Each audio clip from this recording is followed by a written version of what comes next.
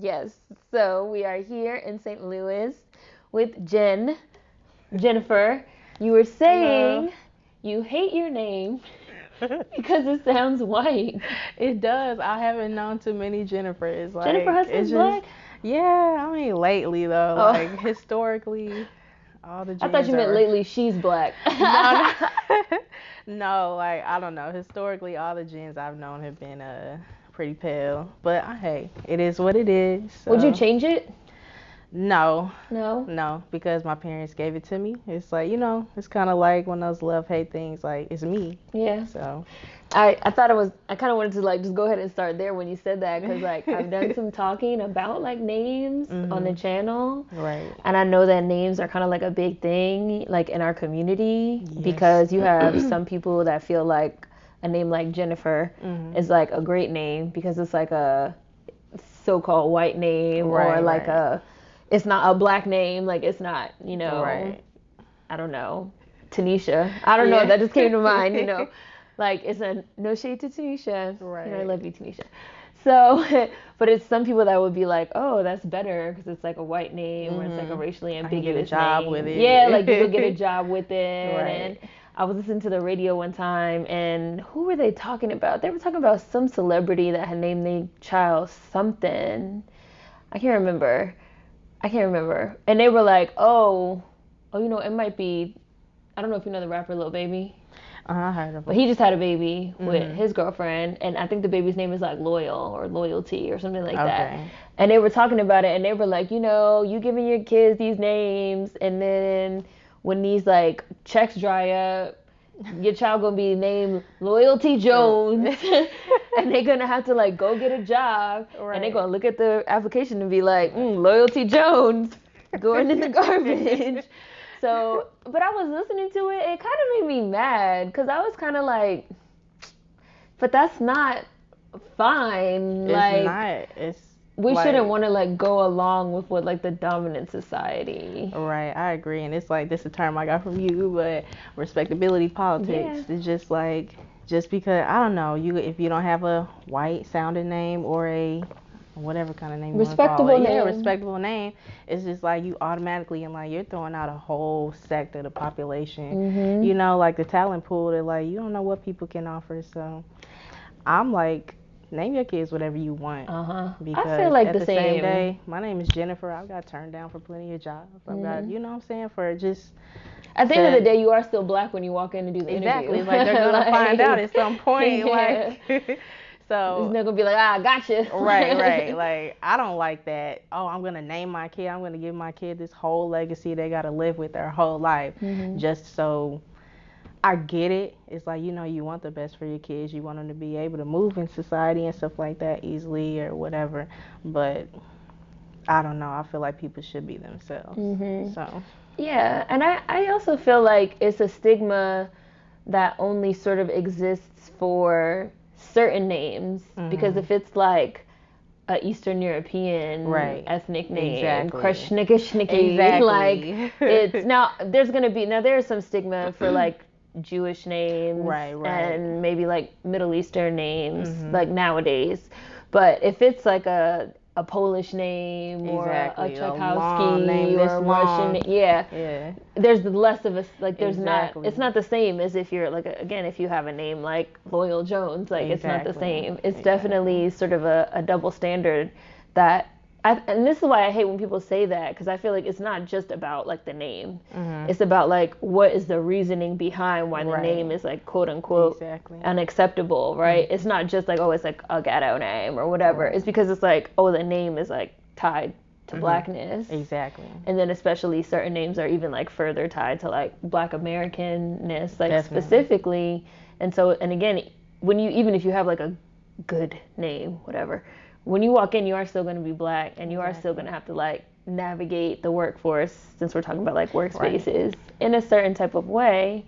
In my video that I did about names too, we got into like last names Mhm. and how a lot of black Americans have been sort of having these conversations and these thoughts around like slave names, Right. like certain last names that a lot of us have, like Johnson or Jones or Right. Smith, things that are tied kind of to like very Those large plantations. plantations. Yeah, like plantation Yeah. names. And I did that video and I was reading the comments and it seems like it's very like deeply personal because you had some people that basically said what you just said, like I have my given name from my parents and then I have like my last name that was like Right. handed down. That's sort of a part of my legacy, like Mm-hmm. my history, my heritage, my ethnicity. I don't want to sort of forget, where I came from. Exactly. And then you had some people that were like, fuck these names, like I don't give a fuck about these names. As soon as I turn 18, like I'm changing my first name or I'm changing my last name. I'm changing it to Freeman. A lot of people said Right. like they Yeah. would change to X X. or they would change to Freeman because they were like, that's like a new Right. sort of like a new Yeah. identity. I also saw in the comments of that video that I felt like a lot of the men and the women had different ideas. Really? Yeah, which surprised me a little bit. A lot more of the men, and this is probably part of like socialization. A lot more of the men were like, I'm not changing my name because really? that was my father's name. I thought it'd be And the now other it's way my around, but yeah. No, they were like because here in the United States, like naming customs are sort of like passed down through the father's side. Yeah. So there was a lot of like, well, this was my grandfather's name, it was my father's I get name. that. Now it's my name. It's gonna be my children's kid's name, name, yeah, you like a know. legacy So thing. right, like a Right. legacy thing. Like I don't want to change my name and sort of like I guess break the chain of legacy, which I think maybe women are socialized to think about last names especially a little bit differently because you're They kind of take on- socialized Yeah. to think at a certain point you're going to get married and like take a Right. man's last name. Yeah, So I saw like a lot more women that were like, I really don't Yeah. care like either way, which I thought was interesting. That is interesting. Like as far as that, the way I look at it, I feel like each one is right. You know, I don't think there's a wrong It's one. personal. Yeah, it is, because I used to be like, oh, all these slave names and blah blah blah blah, and yeah, I don't like my name.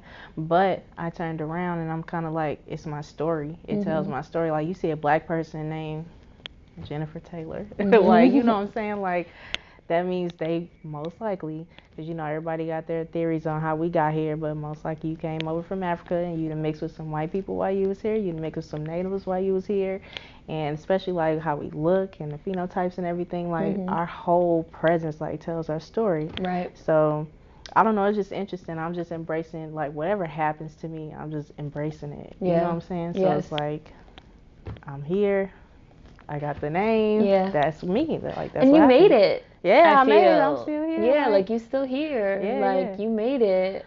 I was doing some research for a video that's not up yet, but by the time this video comes out, it will be up. That was on like genealogy stuff, and like a lot of genealogy does trace back through names. Right. And so I can also understand like not wanting to change a name because like yes, it's sort of like it's almost like a manifestation of like who you are, like a representation or a something. I don't know. Like it's like something about who you are. Like even when you start going like, well, I want to like trace back my lineage. Right. The number one way that people do that is through names. Yeah. You know, seeing how far back you can go in a family, and it is kind of like an interesting thought to think about like an uninterrupted sort of chain of names. I enjoy like names. We talked on another episode about like kids and like legacy and stuff, and I had said on that episode like if I had like a son, I like the practice of like naming sons after their fathers. There's something about that I think is just really nice. Yeah. But I've also heard the flip side of the argument, which is like you're not letting your kids have their own identity. Yeah. Right. And they feel like they're gonna have to walk in their father's like footsteps and shadow, and how like that's not fair. I feel like you can still do that though. Yeah. With your father's family's name. You know, so I don't know. It's either way. It's it either works. way. Everything works. Yeah. So, sort of talking about like legacy, I did want to talk a little bit about. So, are you from St. Louis? Are you born and raised here in St. Louis? Is your family? From St. Louis. My family, like I think both sides, like as far back as I know, they're from Mississippi on both sides. And my father's side, they came up here I think a little earlier. They went to like Indiana, I think even Detroit, and then here when they've been here since. We got family other places, but my My mother's side from Mississippi, for sure. They came up Arkansas. Then some of them moved here to St. Louis, and then the rest of them moved to Chicago. Mhm. And then we have some other family, other places like New York. Mhm. But yeah. What was it like growing up in St. Louis? It was good. Like, I'll say personally, I had a good childhood. I really did. I have two parents. They were married. They still are. Mhm. I had a great childhood. Like, I went to, and I don't know if it's unique, but okay, St. Louis is like a pretty segregated city. Like, I went to school, all my schools coming up, they were like almost 100% black. So I was always around black kids, black people, and I love that. Like, I really love that experience, part of my life. So I don't want to say I didn't deal with like diversity or white people a lot, but I didn't really, like, you know. So when I got to middle school, it got a little more diverse. The first time I went to a Catholic school, Cardinal Ritter. It was like 100% black. Like, I went to 100% black school. Then I got to college. I started at HBCU, but then I got to college, and that's when it got real diverse. But I'm on a tangent. But go ahead, go. No, you're fine, you're fine. No, but like coming back to St. Louis, like I said, that was my experience. Like, it was great. I lived in U City. I lived in that is segregated too. I lived in a black neighborhood, black school. I had fun. You know, it was just cool coming up, like hanging out with your cousins, hanging out with your friends, just going places, going to the mall, going to the park and stuff. Like, I had a good childhood. What would you say is like the culture of St. Louis, do you think? So I had asked somebody else if they wanted to describe their city in like 5 words. Yeah. But if you feel like that's too hard. I don't know. It's like a little big city. It's like country, but it's urban, but I don't know. I don't want to do the city injustice by describing it wrong, but however you want. I don't know. Like, I don't know. Like I said before, it's pretty segregated. I think the city is racist. Like, or maybe, you know, it has a lot of people are the tendencies. I don't know, however you want to put that. But I don't know. I feel like it's kind of gone down in the last couple of years as far as culture, and I'm talking about black people. So like, I just feel like there used to be more to do. People were always out. It was more to see, and just nowadays it's kind of like muted almost. I don't know why that is. Like, I would say, I don't know. I don't know. Like, it's kind of hard to explain. It's kind of hard to explain. Like, I don't know. Yeah. That's interesting that you say that. So would you say that's like a post like Ferguson thing? It really could be. It could be because I'll say around that time is when things got a little more, you know, tense around here. But it was kind of always like that. But like I said before, it was kind of like people, not they weren't thinking about it, but you know, people get these periods where, you know, it's going on, but it's like you feel lax and relaxed so you can do more. But once that happened, it did kind of get tense, and so that could be it.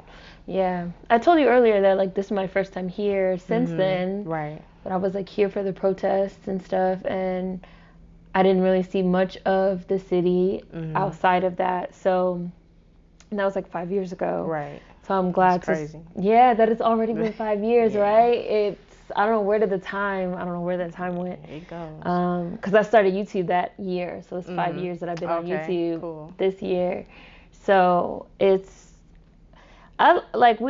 we filmed like a little clip about it where I talked about it a little bit, and I was saying like I'm happy to be back. I don't want to say like in a more like positive way or whatever, because I do feel like rioting or rebellion, revolution, liberation is maybe positive is not the right word, but I do think it's necessary. Right. And I do think, you know, it was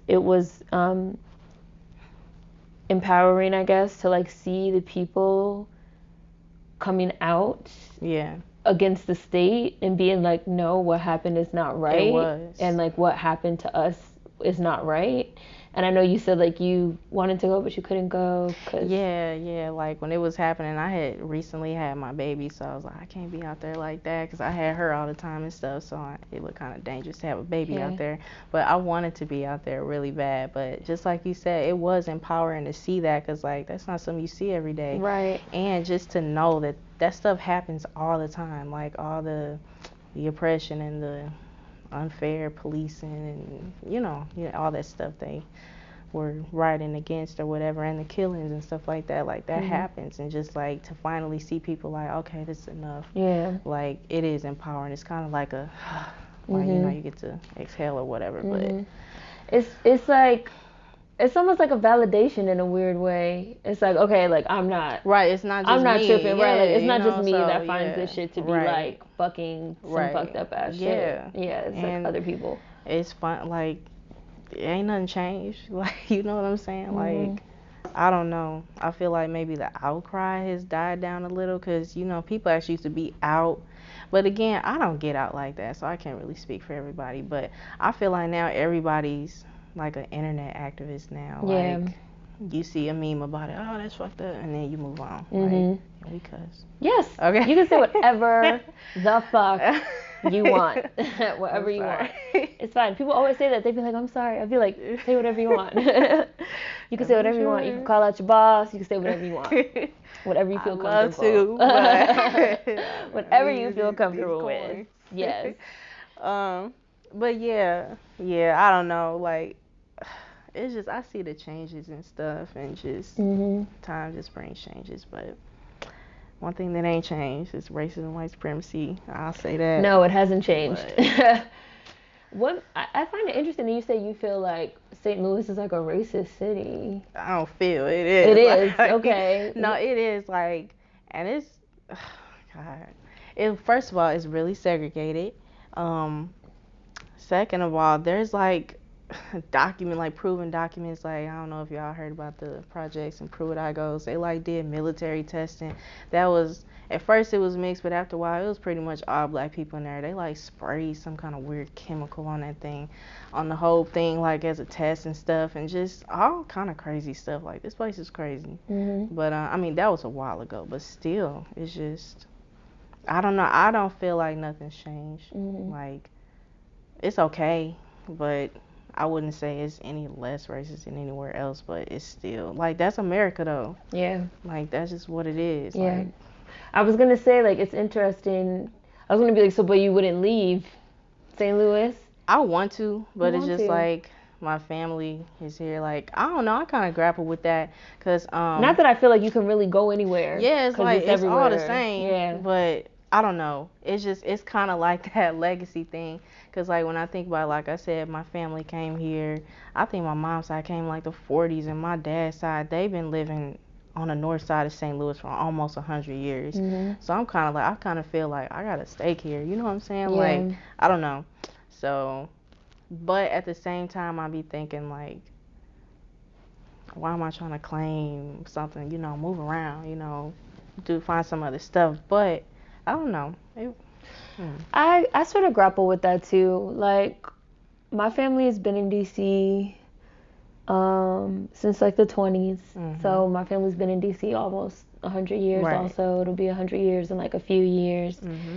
And like, there's pictures like in my grandmother's house right now of DC, and like pictures of like family members in DC in like the 40s. Right. Like over on like Calmia Road and stuff, and these like fur coats, like right, living it up. Like my uncle used to like run a bar. He like owned a bar in Northeast, and on both sides, like my great grandmother on my father's side had like a house in Northeast that we ended up losing the house after she got moved into like a old folks home, like assisted living care or whatever. We ended up losing the house. And then on my mom's side too, it was like my family has been in DC for just a really long time. So but it's like I left home when I was younger because I wanted to travel and I wanted to see different things. I wanted to go to school. I lived in different cities. I lived in New York. I lived in Miami. I lived in LA. I've done a lot of like moving around, traveling. I've traveled abroad. I've traveled throughout the US. But it's like a part of me that like loves DC. Right. And it's like your home. Yeah, that's like my home. Right. And it's like always gonna love DC, and my family, like pretty much all my family is there. They're still there. Like all my family's there.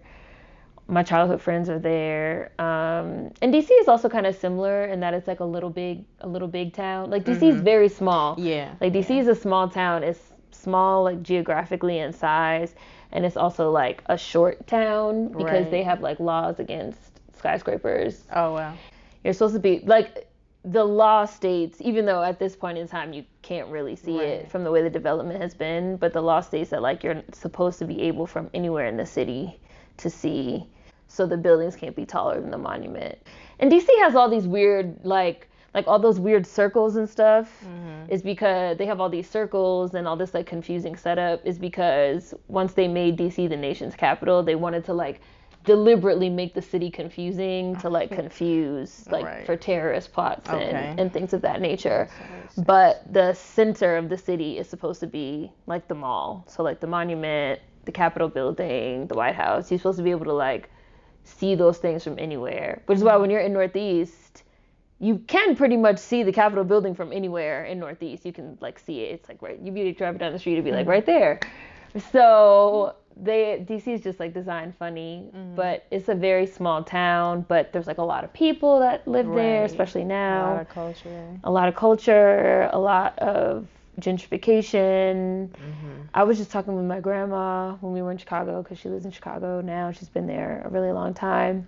And we were talking about like the church that we used to go to when I was younger. We went to that church like my whole life. And now she was telling me like, oh yeah, you remember the corner store we used to go to? And she said pop, which is funny. I was like, oh, you've been in Chicago a long time, because we don't say pop, we say soda. Yeah, I hate when people call it pop. So she was like, yeah, you know, the corner store we used to go to buy pop and chips. She was like, yeah, it's like a bistro now. And people be sitting, white people, be sitting outside having their little coffees, you know, right down the street from the church. And she was like, and it's only like 20 or 30 people that like go to the church, which is like a black church. And I was like, you know, I haven't been over there in a while. I was like, and I kind of don't want to go over there, because I was like, I have my memory of the church, and I have my memory of the street, and I have my memory of the neighborhood, and I have my memory of the corner store where we used to buy the soda and the chips, and it exists in my mind's eye in a certain type of way. And I was like, you know, I don't want to go over there. I don't want to go over there and see it the way it is now, which maybe is a weird thing to say, but I don't. Like, I don't know how I would feel. I don't know if it would like hurt my feelings, or I don't know how I would feel. So the memory that I have in my mind's eye, and I kind of feel that way about DC as a whole, which is like another sort of weird emotional aspect maybe of gentrification, is that I love DC, and like my family is there, and like my roots are there, and my family's been there literally like going on 100 years. And I would love to live there, but a part of me also feels like I don't know if I can. I don't know how I would feel. I don't know how I would feel living there in the midst of these like waves of gentrification. They try to like push us out, and they try to like change everything. And I say all the time, like, gentrification is violence. It's modern day colonization. Like, white people come into an area, they push the natives out, and they just change everything to their liking. They act like you weren't even there. And act like you weren't even there. And they make it's like, and it's like they make the area like inhospitable for you to even live in. It's like you can't be there. You don't even want to be there. You just say you don't even want to be there. It just feel like no part of you is there. It's all them. And of course you can go, but you don't want to. And it's just like you're going and they're there now. Like, and the racism is a part of it too. The way that they act when they move into a neighborhood, and they like be racist towards you, and like, so just like, you know, we were talking about you being in St. Louis versus leaving. It's like it's true. It's like you want to stay, but at the same time you feel like you want to go. And it's hard. I've thought about like, you know, should I stay? And I know like some really cool people in DC. Like, I've been doing like some really cool stuff with like black-owned business owners, and DC Natives Day, and just doing like a lot of really, really, really interesting things. And you know, like I want to stay, but at the same time, it's like I don't know if I could stay. But then at the same time, I feel guilty. About leaving. Because everyone is there, and I also feel like, oh, if I'm gonna like do work, Right. Shouldn't it be in my own And city? contribute back to it. Yeah. That's kind of where I'm at too, because like I said, at some point I want to start a business, but it's just like I'm like, oh, I don't want to do it here. This place is backwards and da da da. But at the same time, it's like you can't always keep running from something to something that you think is better. Right. Like you gotta make your own. So for the time being, I'm gonna try to stay here.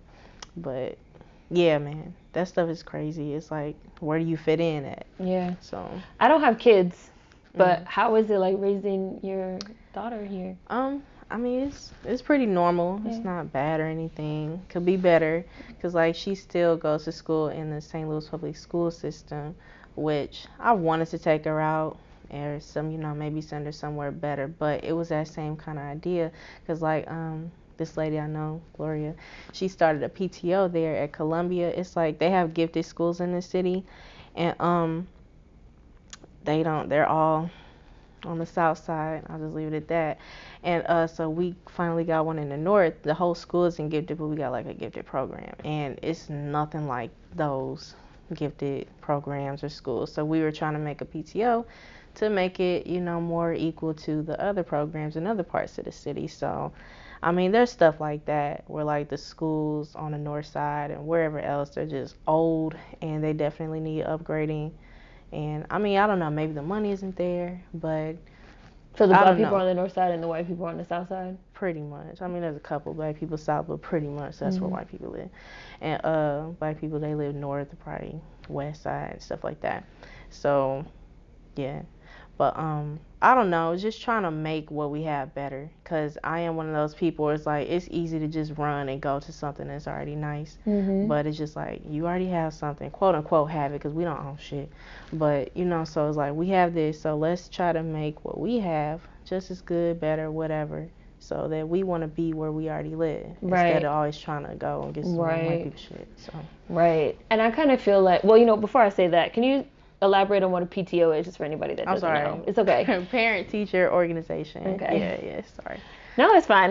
Just because I know it's going to be people in the comments that's like, what's a PTO? So Yeah. No, you're fine. You're fine. I was just going to say, and sort of elaborating on the idea of leaving versus staying. I like that you said that about like it's easy to sort of like leave and like go somewhere else. It always looks greener on the other side. The grass and a lot of times it is greener. Yes. But it's literally greener. Yeah, literally. Because it's true. And it is about, a lot of that stuff is about resources, especially definitely when you talk about public schools. Yeah.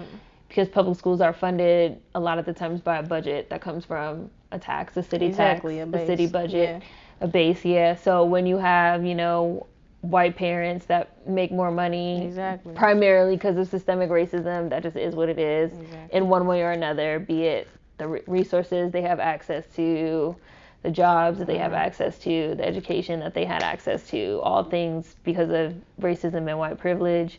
Now the inherited wealth, wealth that's been handed down going back to motherfucking slavery and Jim Crow.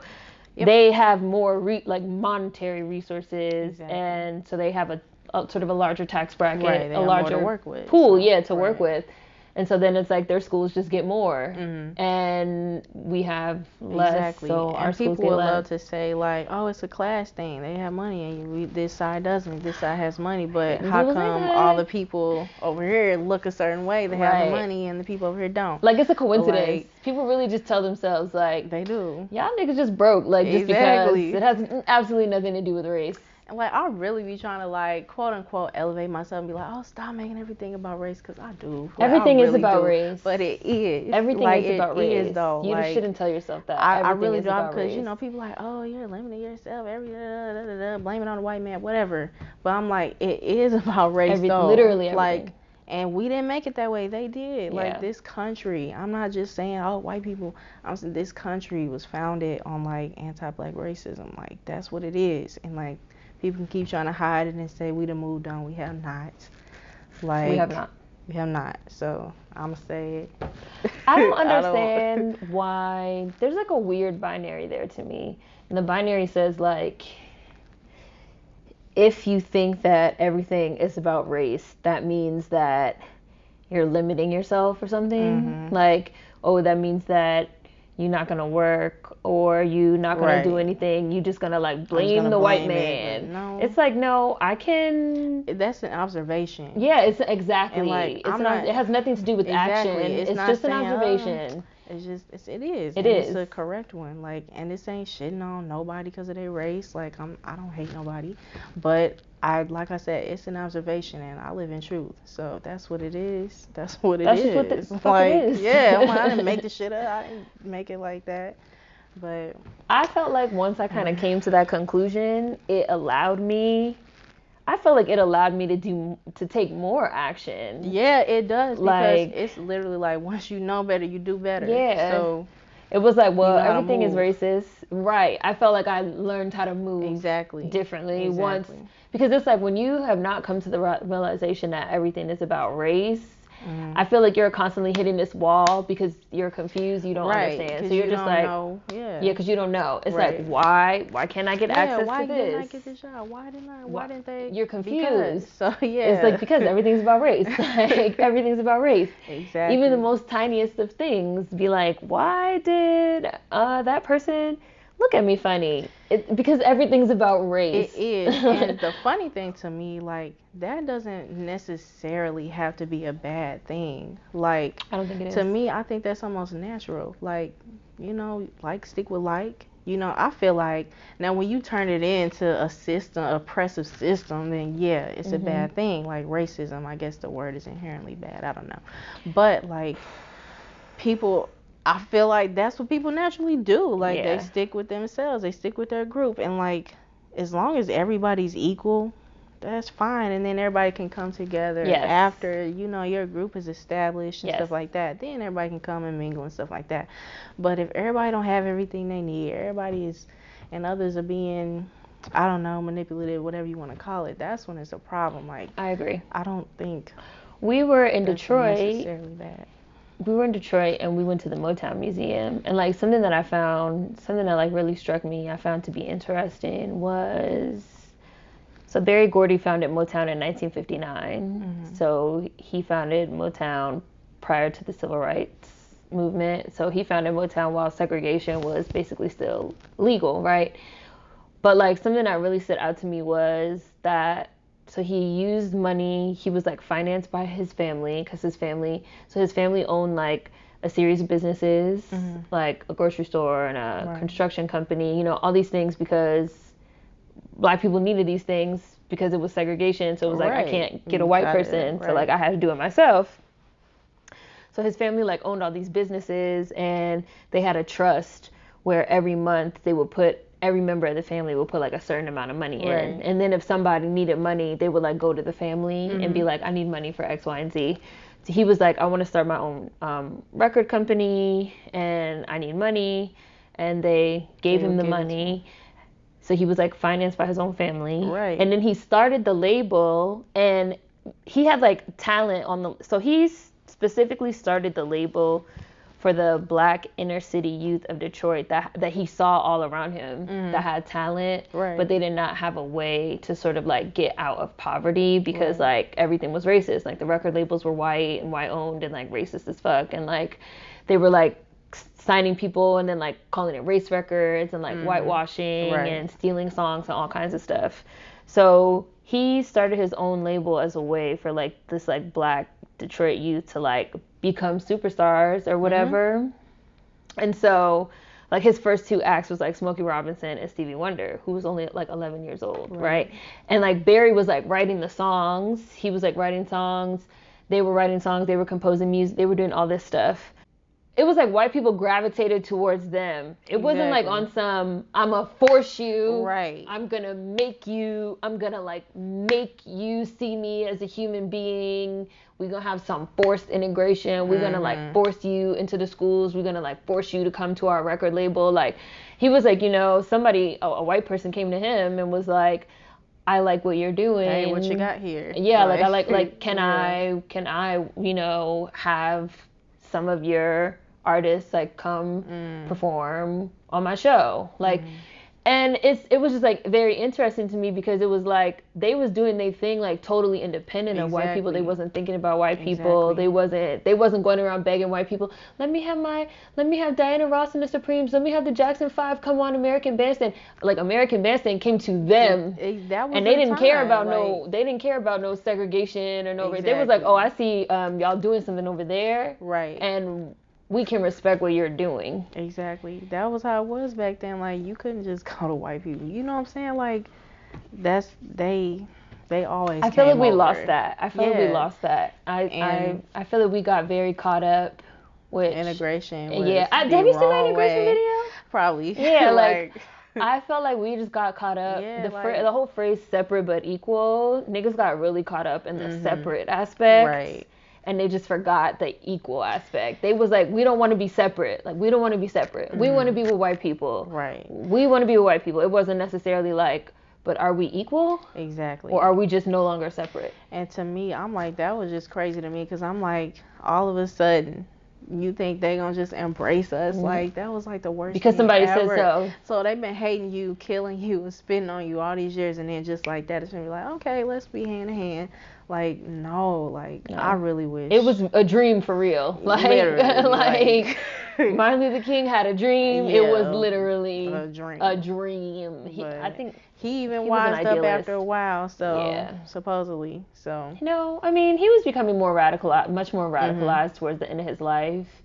I think talking about dreams and ideals, I do think he had like a dream, an idea of, well, once we're together, right. white people gonna see that we're human and everything's gonna be great. They've been seeing that since we got here, since they brought us, or however you want to, whatever, since slavery. They know we human. Like, know. I'm like, Toni whatever. Morrison was like, historically, like, black people have like raised white people's kids. That's what I'm saying. Like, why would they have somebody that they don't they know is a literally- human yeah, raising like, their children? First of all, just off blank, you know we human. Like, I don't know how that could ever been a 3/5 bullshit, all that. Like, that's just sick. But I'm like, once you be around people, you know who they are. Mm-hmm. Like, I don't care in what capacity, you learn them and stuff like that. So Yeah. it's just pure. It's just you I don't know enjoy what the it power. is. They enjoy the power. You Yeah, enjoy having yeah. the power to It's subjugate the somebody. supremacy, Yeah. quote unquote. You just enjoy having Yeah. and I feel like also if you didn't realize that black people were humans, you probably wouldn't even get the same enjoyment out of subjugating them. It's like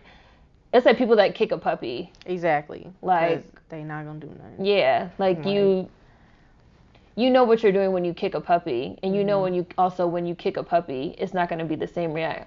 And those of you that kick puppies are horrible, by the way. Don't kick puppies. Don't abuse animals. It's like, you know, when you kick a puppy or when you like abuse an animal, like if you kick a puppy, probably nothing will happen. If you kick a human, the human might kick you back. Exactly. And so like having the not even physical power, because it's not that they were like physically more powerful than us or stronger than us, but again, having the systemic power. And that probably was the rush of it, knowing that they were more powerful. Yeah. And they not gonna do nothing to me. Because I have put this system in Yeah. place where I can like oppress this other human being. Exactly. I know they're human. I know you're human. But I'm gonna tell you that you're not. I have the system in place so tough Exactly. that I can tell you that you're not, and there's nothing you can there's do. nothing you're gonna do Like about that, it. I feel like that's just like a rush for white people. Yeah, it's just like a power trip for them. It is. It It's a gotta power be, trip. because who would? I don't know. I don't know. And I've said before too that the reason why I'm so into like supporting black-owned businesses and black economics is because since we do live in a capitalist society, even though I'm an anti-capitalist, it's true that money talks and bullshit walks. It You is, know, like Berry Gordy was like churning out these hits. His label could not be ignored. Right. His label couldn't be ignored. It was what people wanted to hear. It was what they wanted to pay their money to go see. Exactly. They didn't want to see no white artists singing no covers and no Jackson 5 songs. Like, they wanted to go motherfucking see Michael Jackson, right? And like, that like set the foundation for pretty much music as we know it now. now So to this that's day, like historic. Like everything. So it's I don't know. A lot of black people have low self-esteem. They do. They have low self-esteem. They don't believe that we can do things ourselves. It's a collective low self-esteem too. Like, it's crazy. They don't believe that we can do things ourselves. They believe that we need other types of people, be it white people, be it non-black persons of color. I call it that like, water to the state mentality. It's Yeah. just like you don't think you can do nothing unless it's attached to white people or the system or, you know what I'm saying? Because it's just like you see things that white people do go belly up sometimes. So I don't know. I've just, not everybody, because that's definitely not true, but just I've seen like restaurants or little stores around the hood and shit pop up. A couple months they gone, or a year they gone, but the Arab been there 10, 20 years, the Chinaman been there about 30 years, you know what I'm saying? So it's like, it's crazy. It's like, dang, what are we doing wrong? And stuff is always going wrong and shutting down. It's just like, dang, it must be because of us and not. Yeah, why do you think that is? What do you think? I don't know, like, I'm a little conspiracy theorist and I don't want to promote a little Let's go. crackpot theory. Well, let's go with the theory. Let's go with the theory. Let's hear the theory. No, but we in your city. Let's hear the theory. I don't know, and it's just me. I don't speak for nobody. But I don't know. It's a mixture of things. It really is. It's just people see, I don't know, they see black to be not successful. And honestly, I think that's changing nowadays because we have more images of successful black people and stuff like that we have access to. But back in the day, it was just like you don't see it, and then you see other people doing well, but I'll be feeling like the other people that do come and do well have help too that we don't get. Like, people come over, immigrants, like, I don't know, but I've heard they get grants and stuff to start businesses and things like that. There are. Yeah, and like tax break, I don't know. So there are grants and stuff for immigrants. Yeah, they come over. That's and like they not get, a conspiracy. That's true. Okay, good. Well, good. So yeah, but just stuff like that, and just, I don't know, we don't see that side of it, you know, until recently, but we just see them coming in, setting up, and being there for 50 years. But you come and it happens like your shit get broke into, they steal all your shit, or you can't pay the taxes. It's just, I don't know, it's just always an uphill battle. What seemed like for us that I was reading, it's wild because I was reading something recently that was like really interesting. It was like, it was using nail salon, Korean like nail salons, and not laundromats, but like tailors, like laundry services, dry cleaning, like dry cleaning businesses and nail salons as an example. It was like all these people, all these like Korean immigrants are not opening nail salons and like dry cleaners and stuff just because they all love to do nails, right? And Because shit. they love nails. It was like there was actually there was like a period of time where if you would like come over here and like open a business, you could like receive like grants and you could like receive assistance, but it was only from a limited it was like a limited list of like businesses that you had to open.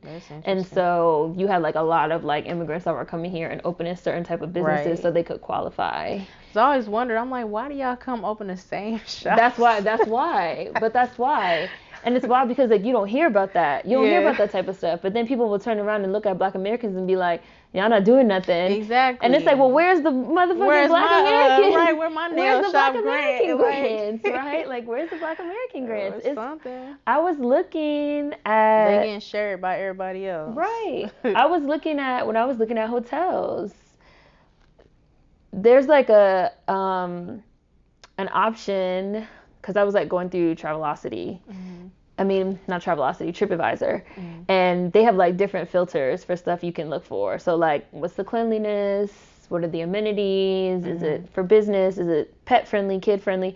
Which is like cool that that's an option, but it's like, is it black friendly? Right. Is there a black friendly option? It's like everybody gets these. Like, and if you say that, like, well, is your hotel black friendly? People will like look at you with this face, like, what do you mean that's racist? Like, right. why are you? That's reverse racism. It's like, well, but is it? It's like all these other options. Like, it's all these other options for all these other groups and collectives. Right. And they get like specific and hey, and that's help. Fine, but and it's fine. I don't have no problem with it, but it's like it's like they deliberately ignore us. Yeah, and we've been here a long time, and we literally built this country. Yeah, like you just said, your father's family has damn near lived on the north side of St. Louis 100 years. And it's like, but our collective group don't get nothing. Exactly. They like ignore us. Yeah. Like what they call benign neglect or something. Benign neglect. That's exactly the term. Yeah, it's crazy now. And I don't know, that kind of makes me think, I don't know what you think about, I guess they call this little reparations, new movement Yeah. thing. It's just, I don't know, they're like, it's like they moved on from that. I don't know, I guess they heard a lot of people talking about it.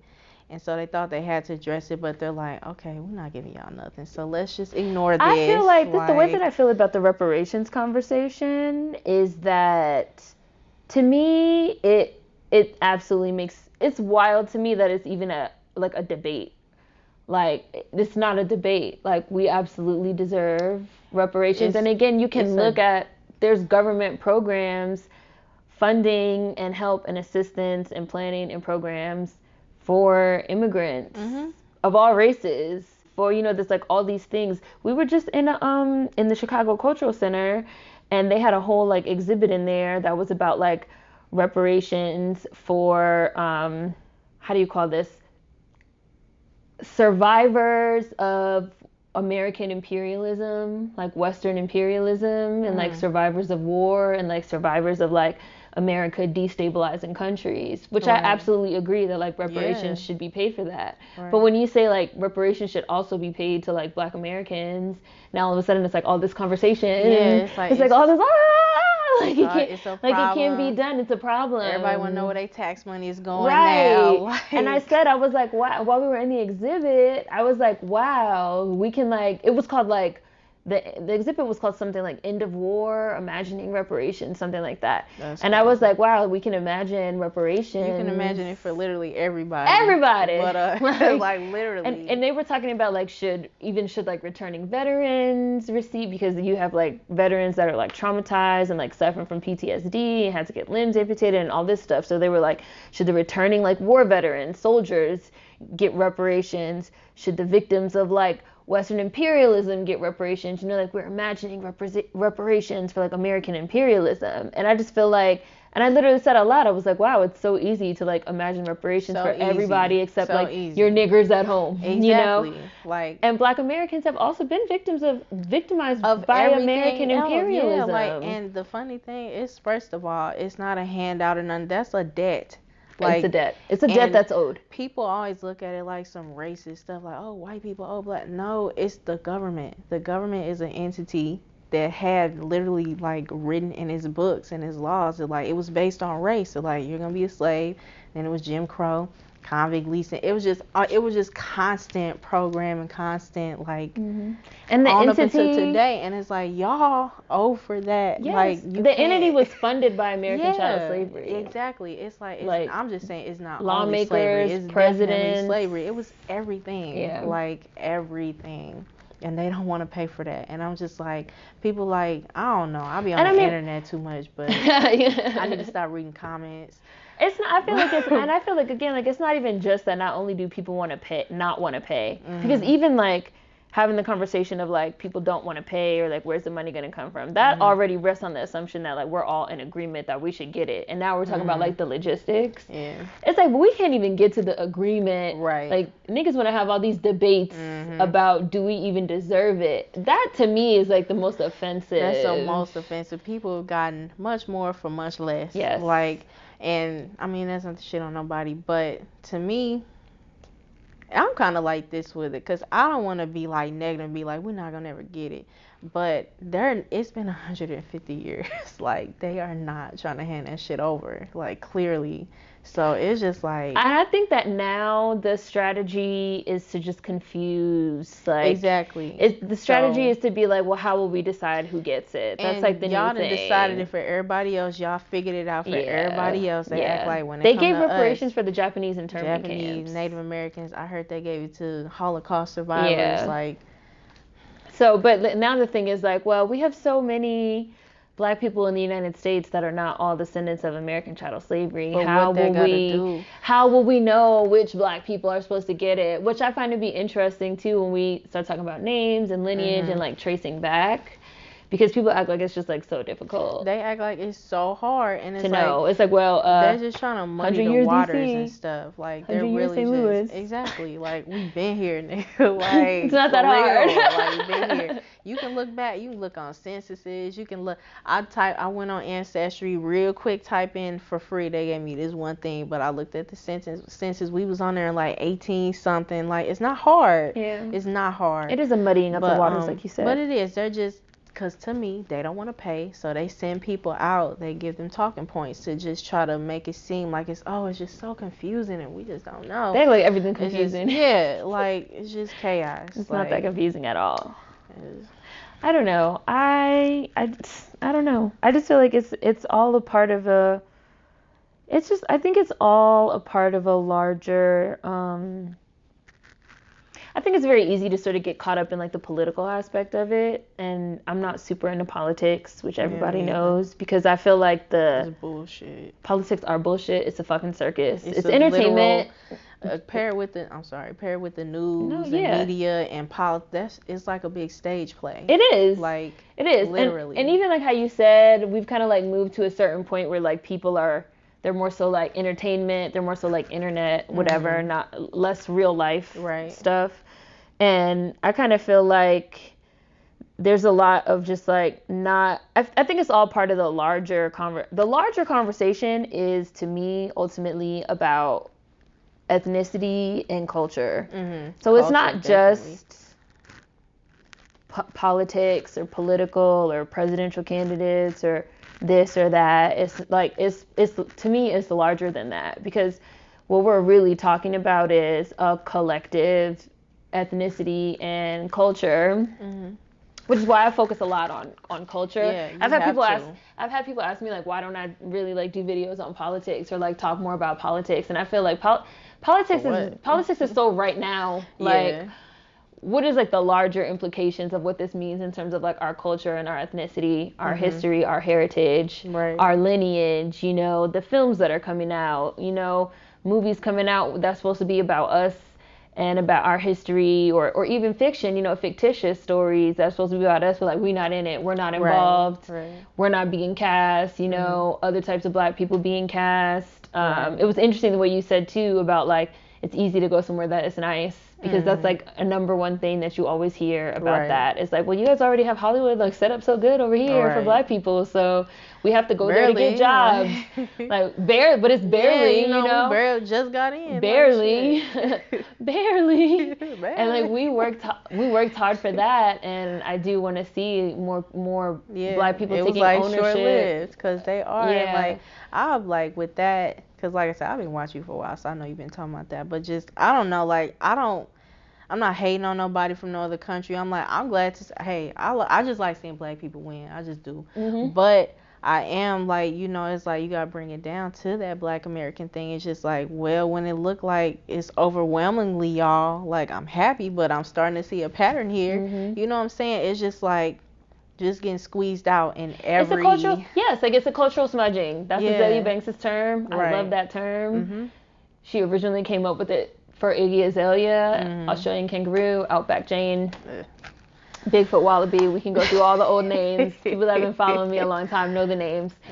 But again, it's part of that's why I say like it's not just the political aspect. It's not just like the reparations aspect or the film aspect or the music. Levels to this. There's levels to this shit. It's levels to it. And ultimately, it's all part of a larger idea of this, again, this cultural smudging of who we are, and saying, which is what they have historically said to us, that we're not nobody. Right. Y'all are not anybody. And they're just trying to keep it like that. Yeah. But I'm like, y'all are not anybody when it comes to business. It's pretty clear. Y'all are not anybody when it comes to culture. Y'all not anybody when it comes to music. Y'all not anybody when it comes to art. You're not anybody when it comes to movies. You're not anybody when it comes to politics.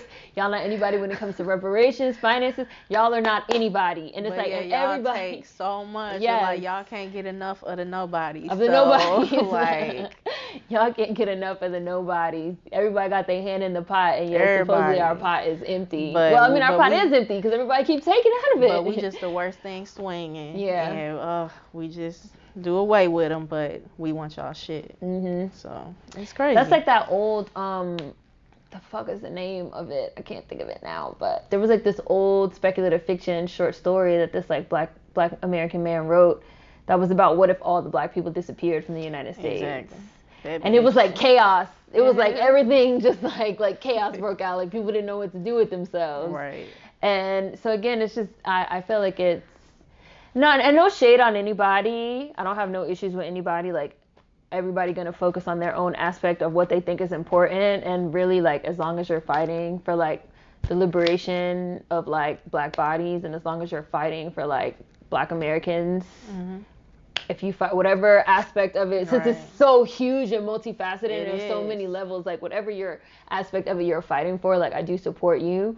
So it's just like, but I really do feel like people are not understanding like the severity or like the seriousness of Yeah, it. it's serious. It's very serious. Like I do feel that we're in something of like It's like culture some war, life or death culture thing. wars Yeah. right now, like a Cold War type of situation of just like all these attacks trying to like wipe Black Exactly. Americans, descendants of American chattel slavery, It is. out. If it's not a whitewash, it's a POC, a Right. non-black person of color, a Bruno Mars wash. Right. If it's not that type of wash, it's a foreign black wash. If it's not, it's like, and all these people are complicit. Right. Everybody's right. 'Cause they have complicit. something to gain from Because they have it, something to and gain it's from like, it. It's just I like agree. attacks on all sides. It is. So It is. to me, I just feel like we just have to recognize like we not nobody. We are Right. somebody.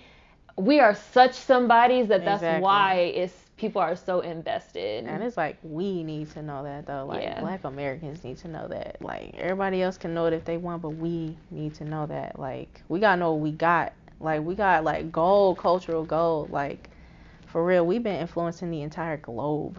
Like whether they want to put our name on it or not, or I don't. That's something else I used to think about. Like, cause I done lost my point, but just along with that, Let's see if it comes back to you. yeah. When you give said me that, a it just made me minute, think yeah, about yeah. Nelly. That might seem random, Oh god. but because like Nelly's from like St. Louis, right? He He's is, from the he is. Midwest. I used to love Nelly. I I ain't used gonna to lie. love Nelly too. Country Grammar went like 5 million times platinum Yeah, or I used whatever. to love him. And something interesting about Nelly was that when the whole like Lil Nas X and like country music I was gonna bring that and up like the today. rap, Yeah. can country be rap? Can rap be country? Mhm. A lot of people have brought up Nelly, and they were like, Nelly's first album was called Country Grammar. Exactly. And like so much of his whole persona, his music, his accent revolved around like being country. being country. Yeah. See, it has like some country country It do. influence. That whole little argument was funny to me. Like,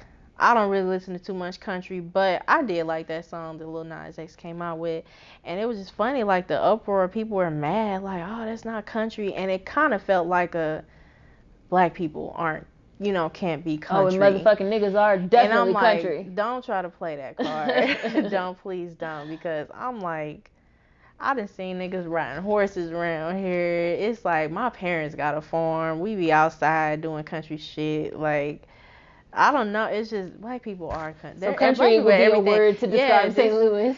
It's like, yeah, you could, like I said, urban country. I don't know. It ain't Urban country, I urban think is. country. So, but I don't know. I mean, my dad took me this little bull ride and showed when we was little. Like, don't try to act like black people can't be country. Like, I don't know. It's just, I don't know. I just thought it was interesting. I mean, like you have historically had like black cowboys. I thought that's where it started. It did. Like the original cowboys were mostly black and Mexican. Right. Because like white people didn't want those jobs. Right. Like all of like our sort of modern day ideas of cowboys that was like shaped by westerns and like John Wayne and like Clint Eastwood racist ass. That was like a revisionist history. Right. Everything's revisionist history. That was like a whitewashed revisionist history that just kind of got like cemented in our kind of Yeah. like cultural Exactly. collective consciousness, which is why I keep telling people like these movies and this like culture shit is like serious. It is. Because it has it's an gonna impact. shape what it's like Yes. down the road, not Yes. tomorrow, not a year from now, like years Years from now, like decades, It's just like important. Yes. Like, do you want to get rid out of history? Yes. Like, literally. Like those Clint Eastwood and like John Wayne movies and stuff were from like the 60s. Like, and I can remember like when I was young, my mother used to like watch a ton, like Turner Classic Movies used to be like, I don't know if that's still a channel, but that used to be like the channel. And my mom Right. used to watch like all these old, and I love Westerns to this day. My mom used to watch like all these old Westerns, all the like old black and white, and it was all these like white men. And that does like shape your idea. It does. That's why media of is history. It's like, very that's powerful. Like, very powerful. It's extremely powerful. And then later on you read Mm-hmm. and you learn like, oh, the original Cowboys was actually majority black and Mexicans, and with some Asians, Chinese, because a lot of Chinese immigrants built the Transcontinental Railroad, which I only learned because I did a project about that shit in like the 8th grade. And part of that was like, I don't know if you've seen The Magnificent Seven, the movie Magnificent Seven. I remember I didn't see it. I love that movie. It was directed by Antoine Fuqua, black director. He might have also written it. And it was a remake of I think like a Clint Eastwood old school movie, which the original Magnificent Seven itself was like an American, like white Hollywood Western remake of a Japanese, like samurai movie. Right. So, of course, their remake was like 7 white guys, right? And that shit is like seen as like a classic interpretation of like California and the West and this, that, and the third. And then Antoine Fuqua, number one, I was like, yes, like black director, like let's see his vision. And his vision had like a native, like an indigenous American, and it was an indigenous American actor. Right. It had like an actual indigenous, not as Chris Rock said, not Puerto Ricans with feathers in their hair, an actual indigenous American actor. It had like an Asian, and then it had like Denzel was in it, and then it had like a Mexican, and then it had like Chris Pratt was in it. So it was actually, I was like, this, accurate. Right, I was like, this is actually, y'all always talk about some, it's not historically accurate. It's not accurate. Yeah, they calling about a mermaid. Right. Talk about a mermaid. Well, if mermaids were real, I looked at the map. I triangulated where Atlantis would be, and it actually would have been in the Nordic Sea, off the coast of Russia. So they would all be white. Like, no, number one, we're talking about fiction. Like, shut up. We're talking about the historical accuracy of motherfucking mermaids. Mermaids, honestly, if we want to get like really accurate, they probably wouldn't even like resemble humans at all. They'd probably be more so like the Harry Potter looking, like fish. They look like fish, really like fish, not, People really saying. Oh my God, yes. Yes, it's a thing. Yes, it's a thing. It's a big thing. Like, I couldn't believe it. Draws in a bunch. I was shocked. It's a fictional place. It's a mermaid. It's a fucking mermaid. A Who cartoon. the fuck cares? Who cares? It's a cartoon. I can see it.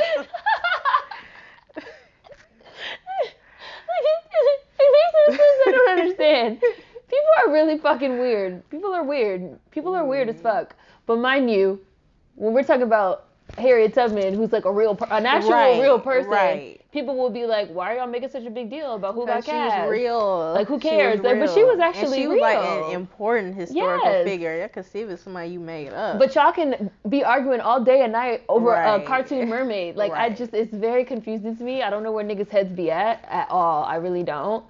And like, part of, again, what I did like about the Magnificent Seven was I actually did feel like, if we're talking about historical accuracy, in terms of like, the diversity and like who would be there, I felt, like an indigenous American would be there, a Mexican would be there, these black people would be there, like this makes sense to me, and it was just a gorgeous movie, and I love that film. Everybody should watch it. Yes, I think it's on Netflix. It's on one of those sites. I don't know if it's related, but I think The Hateful Eight. I didn't see The Hateful Eight, and people always bring up The Hateful Eight, and I'd be like, no, I don't know if they're related. And I'd be like, no, The Magnificent Seven, like. The Hateful Eight was Tarantino, and there's a lot of nigger thrown around in that movie. Like, don't think I'm recommending, because then they'll go watch The Hateful Eight, and they'll be like, Seren told me to watch it. Like, no, I said The Magnificent Seven. Like, I saw it on. I thought I saw it on Netflix. I was like, oh, I think it was on there. I think it was on there. But it's true. I mean, it is. I want to also say it is a kind of like. It's weird because I've also seen people say like it's sad that the media influences our collective consciousness this much that it really does influence history and the way that we remember events and the way that we see things. And I just feel, I do feel like our ideas and our thoughts and our memories should be influenced by more than just media. Definitely. Like, you have to read, and you have to, you have to like learn at home and learn on your own and travel if you can, if you have the privilege to do that, see things. Google it, look it up on the internet. The internet can like tell you everything. It's almost like people live their lives through their yeah. phone or whatever. Yeah. The way you get it. Yeah. But I also do feel like media and art as an archive is important too. Like Yeah, I don't think that should be your sole Right. influence on how you see the world. It, like it's wild to me when people be like, "Yeah, I know Black Americans because I watch music videos. I know everything there is to know about you." Like, no, you don't. No, you don't know nothing about us. If that's. But it is like an archive It is, too, so. because I can go back and look at like an old Nelly like Saint Lunatics And then you video. feel that same from that time period Yes. and stuff. And see, like, oh, you know, Nelly did have on Right, a he cowboy did, hat right. and boots and chaps, and he was talking about country grammar, and he Right. did do a country music song with Tim It's McGraw. Like, It's proof. It's For proof. that, like, we've been here, we've been doing this, so. It's interesting. Yeah, It's an it interesting thing. It's all just sort of like different like parts of a puzzle, you know, levels to this shit. Absolutely like motherfucking levels to this shit. Yes, ma'am. Do should we go, or I don't know how long that was? It's been about an hour 10. An hour 10? Oh, we could probably stop then. We ain't even get to talk about the hoodoo. You want to talk about the hoodoo real quick before we end? We can. Let's get into the hoodoo real quick before we end. Let's not end yet. Okay. Okay, Sure. so I did want to ask you, part of why I wanted to ask you like where your family came from was because you had mentioned that you're sort of getting into that. If you want to like talk about that a little bit. Yeah, like I said, I'm new to it, so I'm not like an expert or anything. So if I say anything wrong, hopefully nobody come for me. But I mean, like, it's just something I recently got into just from. It kind of came from just me trying to figure out myself in general. Because, you know, people once they, I hate this term, but get conscious or woke or whatever, I feel like you just go through this whole, like, litany of shit until you settle on something. So, I don't know. It just kind of came from just me learning a bunch of stuff. But, because at first I was heavy into, like, African stuff, which I still kind of am. Because I know for a fact I do have ancestry from Africa. So, it's not like I don't know that. So, I embrace that, too. But I kind of wanted to bring it back to it's like levels to this stuff, because like you have levels of just I need to know like who was I, so I came back to like the Black American side of it.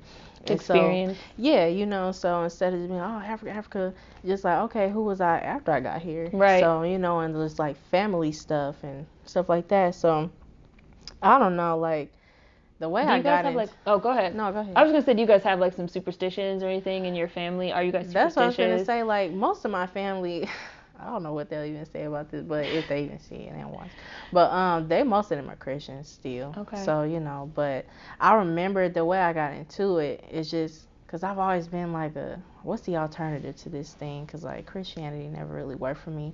So it was kind of like I said, what's the alternative to it? But my mom. It was kind of like it came to me just through little hints and stuff, because like I would like randomly remember stuff my mom said about like superstitious type stuff, like, oh well, don't, this is a little superstitious stuff. I can't even remember none right now, but like, don't put your purse on the floor. Oh my God, I will flip out. You know what I'm saying? Everybody, I will And lose it if like, you put my purse on don't the step floor. on a crack, you breaking mama back, and just little stuff like don't let a bird get your hair, don't let nobody get your hair, and I later learned because people can do stuff to you through that, and like, you know, little spells and hoodoo shit. But that's kind of how like I would remember stuff like that, and then in researching other stuff like being conscious of what, it just kind of brought me to. Like, I guess you could say, like, voodoo, and I didn't really get into that, but I got into, like, the Orisha side of it, and so I was into that, and, again, I still am. I got my little candles and stuff. I do that, but I don't know, it just kind of went to hoodoo from there, so that's what I've just been studying up on and trying to make them a little powders and candle spells and stuff like that. That's cool. Trying to get magical, trying to change my world. That's cool. I get some money. I like that, and just like I said to you earlier, I like that I see more Black people getting into that, because I feel like for so long that whole scene was dominated by like skinny white hoes, right? And Like just that they they do everything, just like how white people became like the face of motherfucking surfing when that's like a Polynesian Pacific Islander thing, and just like how they sort of became like the face of yoga when that's like a East Indian spirituality. And I kind of felt like for so long they was like the quote unquote face of like the witchy shit, the crystals Right. and all this stuff. So even though a lot of these terms like witch and stuff are like subjective, Right. and you have like a lot of different levels to like voodoo and like charms and Right. all these different aspects of it. Again, like not to like, I'm not like an expert, so don't people be like, no, it's this, it's this. Right. We're just talking loosely. Very. So I do appreciate seeing like more Black people and Black Americans too getting into it, because I kind of feel like just like everything else, like yes, it has like basis in a lot of things, but I feel like what we do is we take a little bit of this and a little bit of that and a little bit of this and a little bit of that and make something new, which I like. Who was I talking to? I don't remember now. Everything's like running together, but we was talking about like melting pot culture, and somebody said like Black people are the pot. Like we are the pot. Everything gets like thrown in the pot Right. and becomes something like sort of We like make it into like we something, like through us, like people come to the United States and like they become American by like, well, at least I'm not Black, and then they can become white, or Right. at least I'm not Black American, and then they can become this, Right. like we are like the alchemists of a lot of things.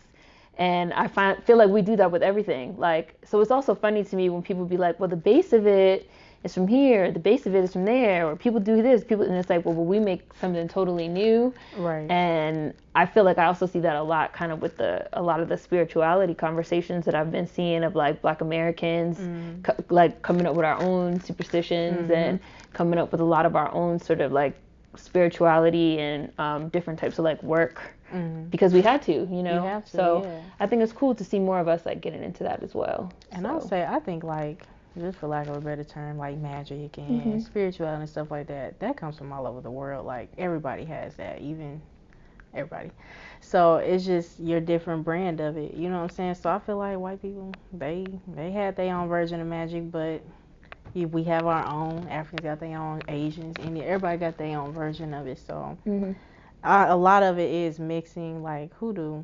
I would say that's pretty much African American. So that's why I gravitated to it. But yeah, it's just, I don't know. That's just our brand of it. We are magic. We are. Yes. We are. All right. I love We being can do Black. it. We can in there.